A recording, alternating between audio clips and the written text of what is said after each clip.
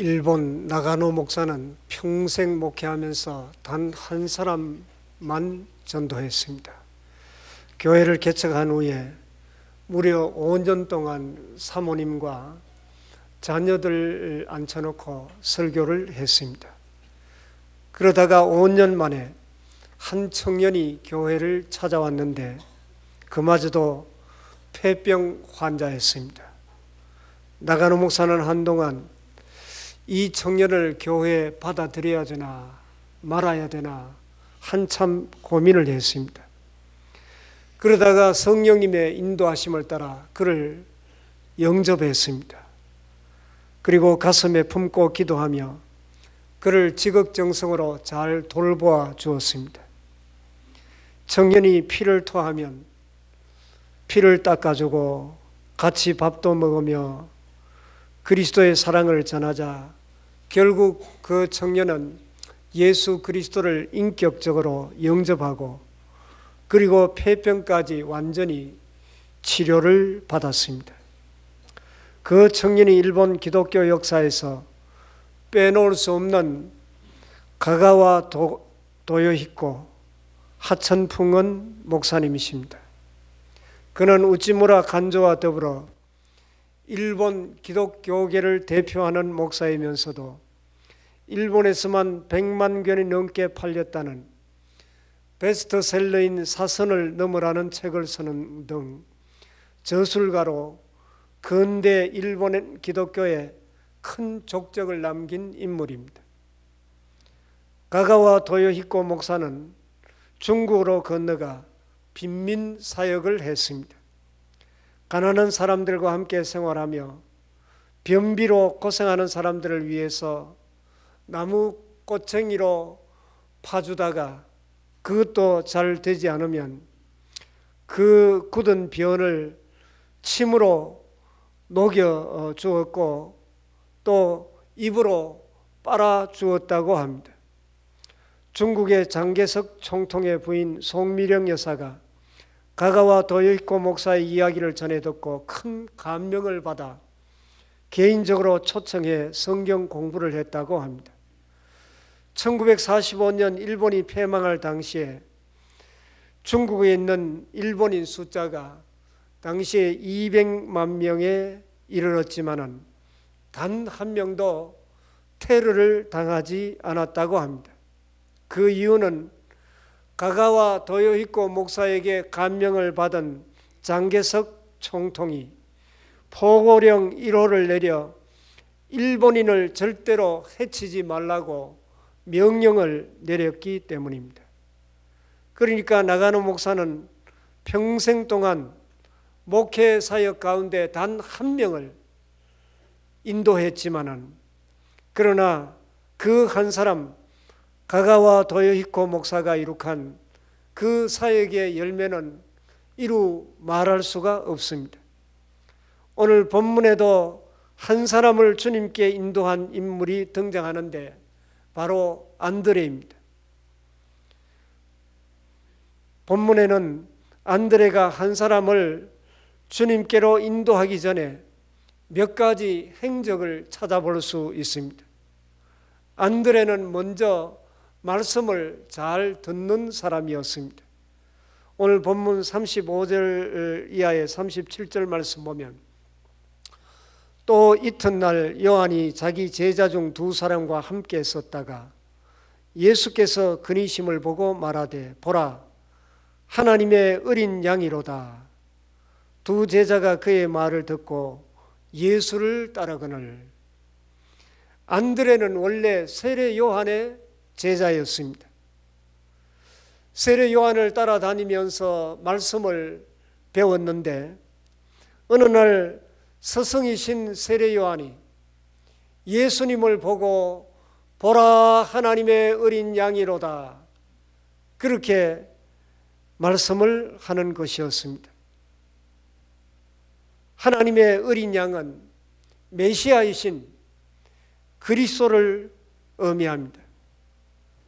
이스라엘 백성들이 애굽에서 나올 때 하나님께서는 그들에게 이렇게 말씀하셨습니다. 출애굽기 12장 6절 이하에 양을 잡고 그 피를 양을 먹을 집 좌우 문설주와 임방에 바르고, 그리고 계속해서 13절 14절 말씀을 보면 내가 애굽을 칠 때 그 피가 너희가 사는 집에 있어서 너희를 위하여 표적이 될지라. 내가 그 피를 볼 때 너희를 넘어가리니 재앙이 너희에게 내려 멸하지 아니하리라. 너희는 이날을 기념하여 여호와의 절기를 삼아 영원한 규례로 대대로 지킬지니라. 이스라엘 백성들은 하나님의 말씀을 따라 양을 잡아 그 피를 좌우 문설주와 그리고 임방에 발랐습니다. 하나님의 사자가 그 피를 보고 이제 그 집을 유월 뛰어넘어 하나님의 재앙이 그 집에 미치지 않게 했던 것입니다.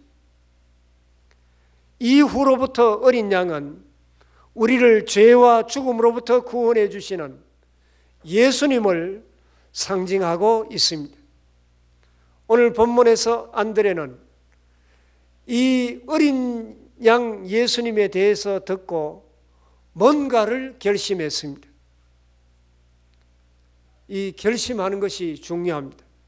어떤 사람은 은혜 받고 거듭난 후에 하나님 앞에 이제 온전히 살기로 결심을 합니다. 그러나 결심대로 되지 않았습니다. 살면서 늘 죄에 걸려 넘어지고 했습니다. 이래서 안 되겠다고 생각하고 산에 들어가 금식하며 매달려 기도했습니다. 이제 큰 은혜를 받고 이만하면 됐겠지, 하나님의 뜻을 이루어 드릴 수 있겠지 하고 세상에 내려와서 살았지만은 역시 마찬가지였습니다. 그래서 여기저기 부흥회와 집회를 쫓아다녔지만은 은혜 받고 시간이 지나면 똑같았습니다. 스스로 좌절이 되었습니다. 그러다가 문득 로마서 10장 17절 말씀을 읽게 됩니다. 그러므로 믿음은 들음에서 나며 들음은 그리스도의 말씀으로 말미암았느니라. 이 말씀을 읽고 이제 성경을 읽었습니다. 나쁜 생각이 들 때마다 말씀을 읽고 좋지 않는 일이 생길 때마다 말씀을 읽고 하루에도 계속해서 몇 시간씩 말씀을 읽었습니다. 그러다 보니 자기도 모르는 사이에 점점 삶이 변화되는 것을 경험하게 되었습니다. 나중에 위대한 전도자요 유명한 부흥사가 되었습니다. 그가 바로 D.L. 무디 목사입니다. 이처럼 믿음은 하나님의 말씀을 가까이 하고 말씀을 듣는 데서 생기게 됩니다. 말씀을 들은 후에 안드레는 주님을 따라갔습니다. 40절을 보시기 바랍니다. 요한의 말을 듣고 예수를 따르는 두 사람 중에 하나는 시몬 베드로의 형제 안드레라. 안드레는 스승이신 세례 요한으로부터 보라 하나님의 어린 양이로다 라는 말씀을 듣고 이제 스승을 바꾸어 메시아신 예수님을 따라 나선 것입니다. 그리고 주님을 따라갔는데 사실 이것은 쉬운 일이 아니었습니다. 그는 세례 요한의 제자입니다. 그런데 주님을 따르기 위해서는 지금까지 따르고 모셨던 스승인 세례 요한을 버리고 떠나야 가능한 일이었습니다. 그러나 그는 결단을 내리고 주님을 따르고 주님의 제자가 된 것입니다. 이처럼 예수님을 따르기 위해서는 결단하고 행동하는 것이 필요합니다. 어떤 사람이 정서가 불안해서 앉기만 하면 주위에 있는 종이를 계속해서 찢는 그런 버릇이 있었습니다. 이 버릇을 고치기 위하여 그는 정신과 병원을 찾아다녔습니다. 어떤 의사는 과거의 상처에서 원인을 찾으려고 했습니다. 어려서 종이로 머리를 3개 얻어맞은 적이 있습니까? 아니요, 전혀 기억이 없습니다. 어떤 의사는 과거의 경험에서 원인을 찾으려고 했습니다. 혹시 종이 공장 근처에 산 적이 있습니까? 없습니다. 고민 끝에 또 마지막으로 한 의사를 찾아갔습니다. 무엇 때문에 오셨습니까? 저는 정서가 불안해서 앉기만 하면 늘 종이를 찢는 버릇이 있습니다. 이 말을 듣고 있는 의사가 이 사람에게 크게 찢지 마! 종이 찢지 마! 그렇게 큰 소리로 야단을 쳤습니다. 그러자 그 사람은 더 이상 종이를 찢지 않았다는 것입니다. 주위에 보면 유능한데도 서임받지 못하는 사람들이 있는데 그들의 특징을 살펴보면 결단을 내리지 못하고 뭔가 끊어야 할 것을 끊지 못한다는 데 문제가 있다는 것입니다. 예수님의 제자들의 타고남은 다른 데 있지 않고 결단하고 행동하는 데 있습니다. 누가복음 5장 10절 말씀 보면 야고보와 요한은 갈릴리 호수에서 고기를 잡고 있다가 예수님으로부터 무서워하지 말라, 이제 후로는 네가 사람을 취하리라 하는 이 말씀을 듣고 즉시 배를 육지에 대고 모든 것을 버려두고 예수님을 따랐다고 말씀하고 있습니다. 누가복음 55장 27절 이하에도 예수님께서 세리 마태를 부를 때 나를 따라오라 하는 이 말씀을 들은 세리는 수지 맞는 그 세리의 직업을 버리고 즉시 예수님을 따랐습니다. 오늘 본문에도 안드레는 말씀을 듣자마자 결단하고 예수님을 따랐습니다. 안드레는 이제 예수님을 만난 후에 자기의 형제 시몬에게 찾아갔습니다. 성경에 보면 안드레는 찾아가는 일을 잘했습니다. 예수님께서 광야에서 이제 보리떡 5개 물고기 2마리로 5,000명을 먹이고 12바구니 가득하게 남은 조각을 거두실 때 음식이 없어 이제 허기진 그 무리들을 향하여 제자들에게 너희가 먹을 것을 가져다 주라 이렇게 말씀을 했을 때 빌립은 예수님 각 사람으로 조금씩 나눈다고 할지라도 200데나리온의 떡이 필요합니다 라고 말했습니다. 그러나 안드레는 빌립과 달랐습니다. 안드레는 뭔가 그 많은 무리 속을 찾아다니면서 찾았습니다. 그래서 요한복음 6장 9절 말씀 보면 여기에 한 아이가 있어 보리떡 5개와 물고기 2마리를 가졌나이다. 한 어린아이의 도시락을 찾아서 예수님에게 내어 놓았습니다. 안드레는 가만히 개선만 하고 있는 빌립과는 달리 뭔가 적극적으로 찾아 나선 사람이었습니다. 오늘 본문에도 예수님을 만난 후에 그는 가만히 앉아있지 않았습니다.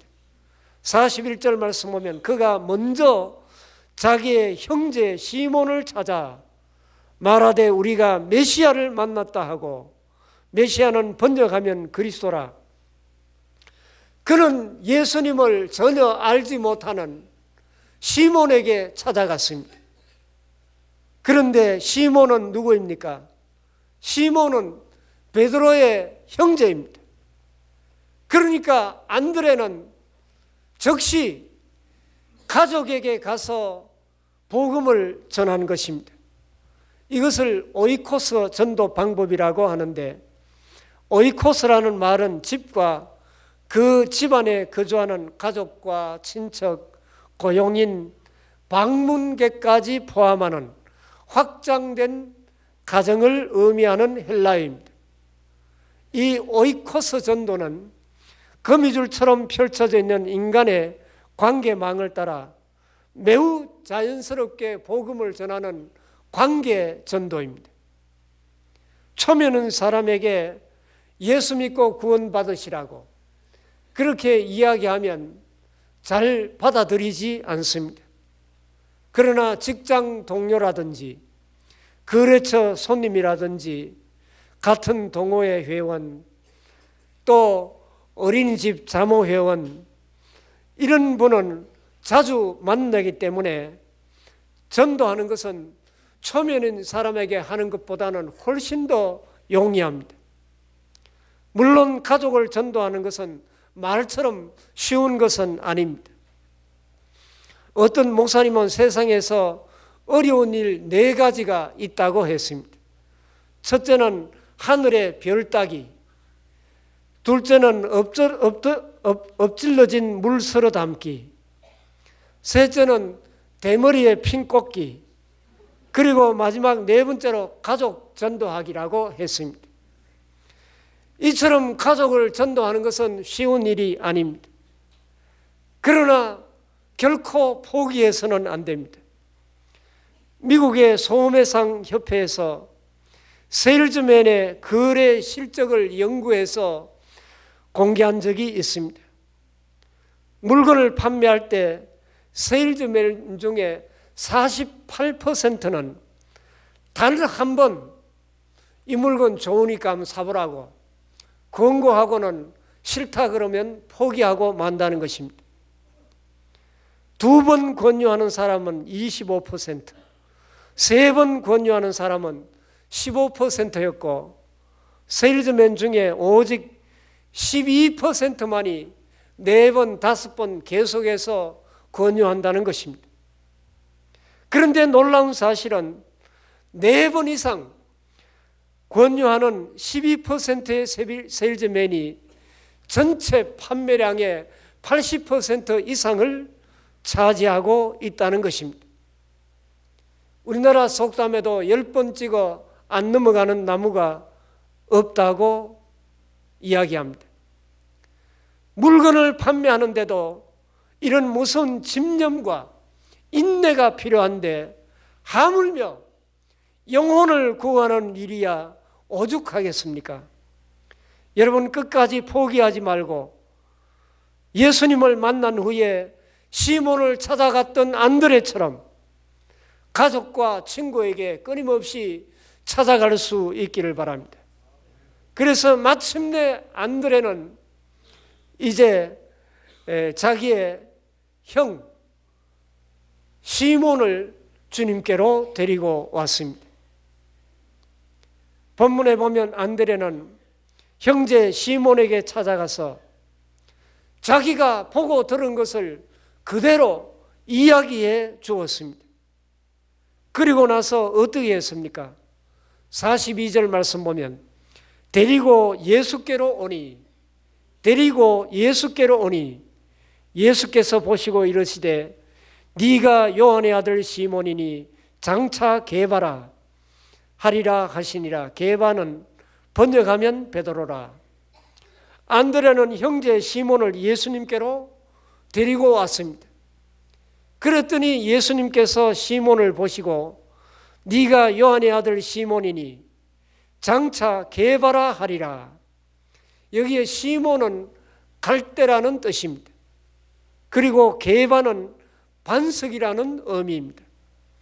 그러니까 지금은 갈대와 같이 이리저리 잘 흔들릴 수밖에 없는 연약한 존재이지만은 앞으로는 반석처럼 흔들리지 않는 그런 굳건한 존재가 될 것이라는 말씀입니다.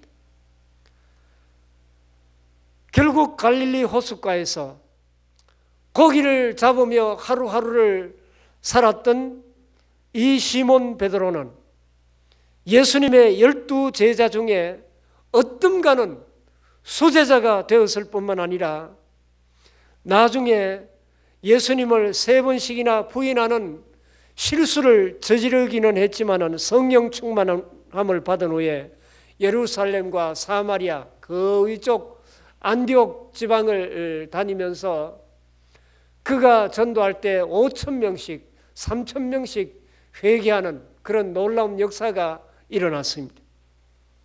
그가 가이사랴에 사는 이달리아 백부장 고넬료의 집에 설교를 하자 성령을 듣는 모든 사람들이 충만하게 임하는 그런 역사도 일어났습니다.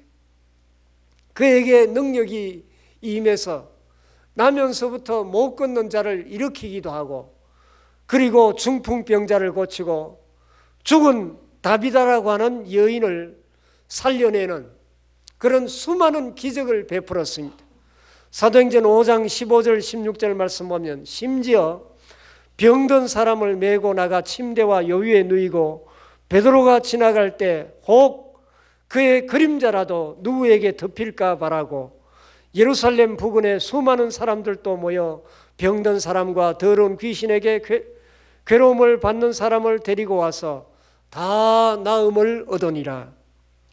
시몬 베드로는 엄청난 놀라운 역사를 일으킨 모습을 보게 됩니다.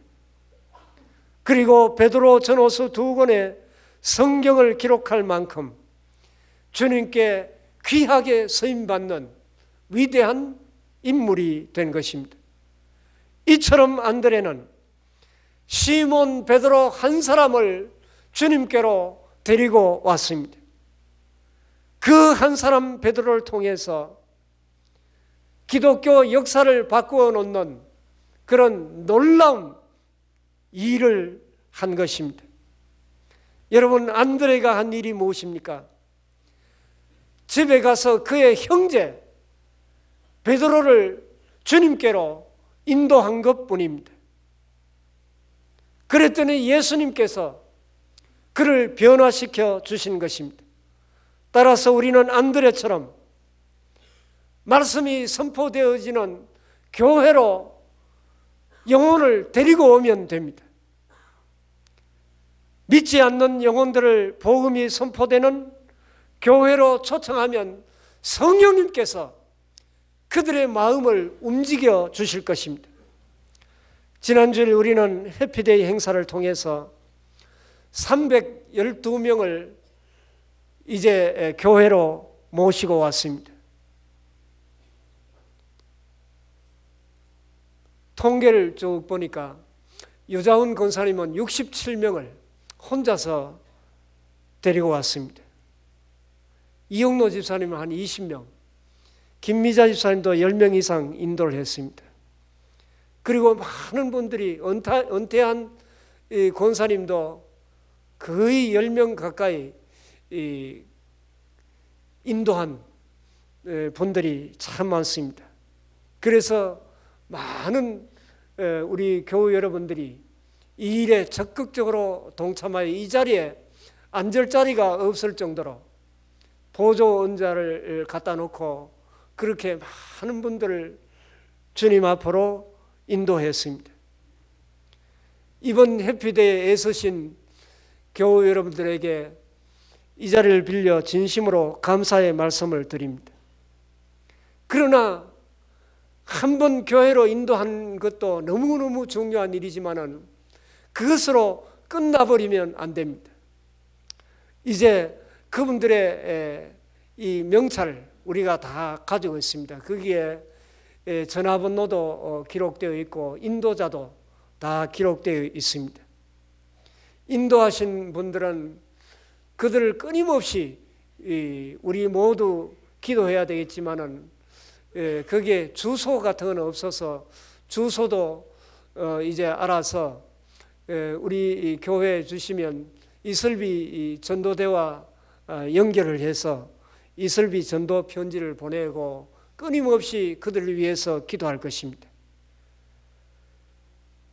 지난주일 오신 분 중에 오늘 교회에 오시지 않았다고 포기하지 마십시오. 그분들 마음에 떨어진 그 복음의 씨앗이 반드시 자라나서 열매가 맺어지게 될 것입니다.